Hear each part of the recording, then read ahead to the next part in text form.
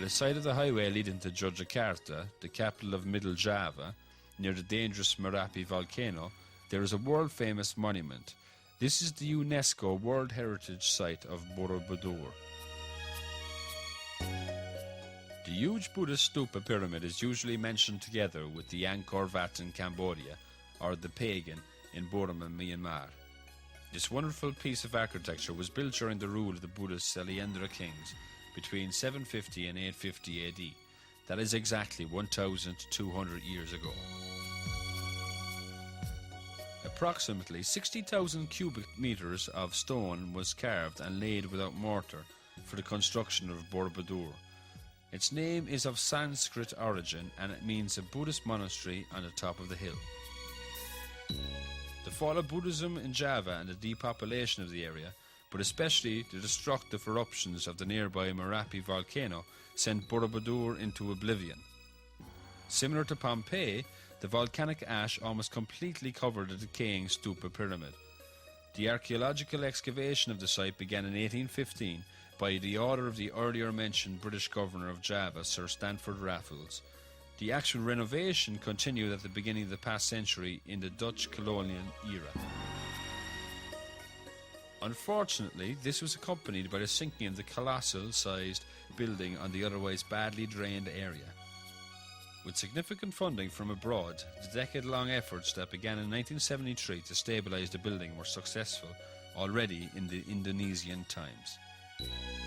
In 1985, the rebels opposing Suharto, the president at the time, exploded bombs in the upper part of the stupa, causing serious damage to the sculptures in that section.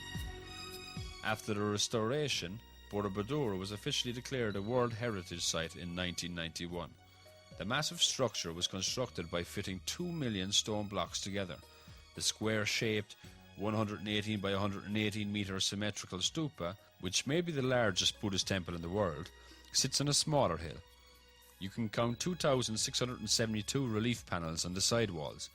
The inside of the stupa is solid, so there are no kinds of temples in it. Entering the site at the eastern gate, you can go around the various platforms in a clockwise direction.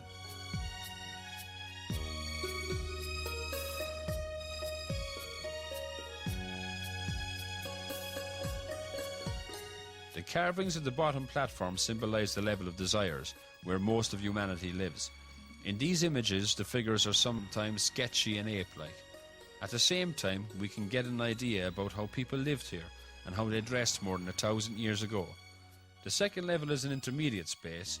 Here, in the open corridors, you can follow the story of Prince Siddhartha from his birth to his enlightenment and the rest of his life, all the way until his death.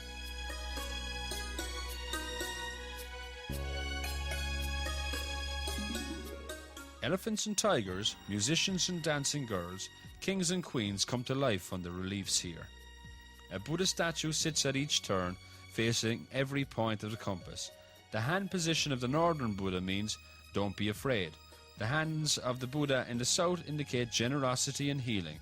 The eastern Buddha invokes knowledge and the teachings of the unity of practice, while the Buddha in the west sits in the lotus posture, smiling with his hands in a meditative position.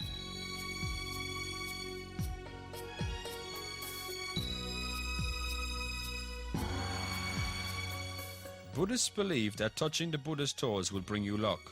You can reach the big central stupa after first climbing the 6 square, then the 3 circular platforms. The huge Buddhist temple looks like a giant mandala from above.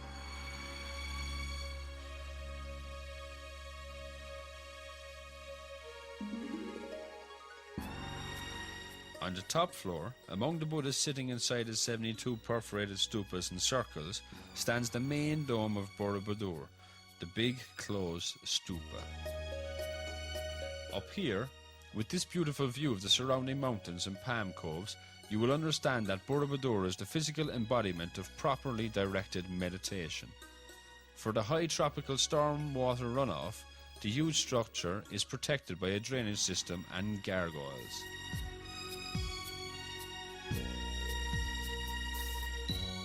Borobudur is the most famous historical, religious and cultural monument in Indonesia, visited by a multitude of domestic and foreign tourists and Buddhist pilgrims every day. The most ideal time to visit is early morning or late afternoon right before sunset.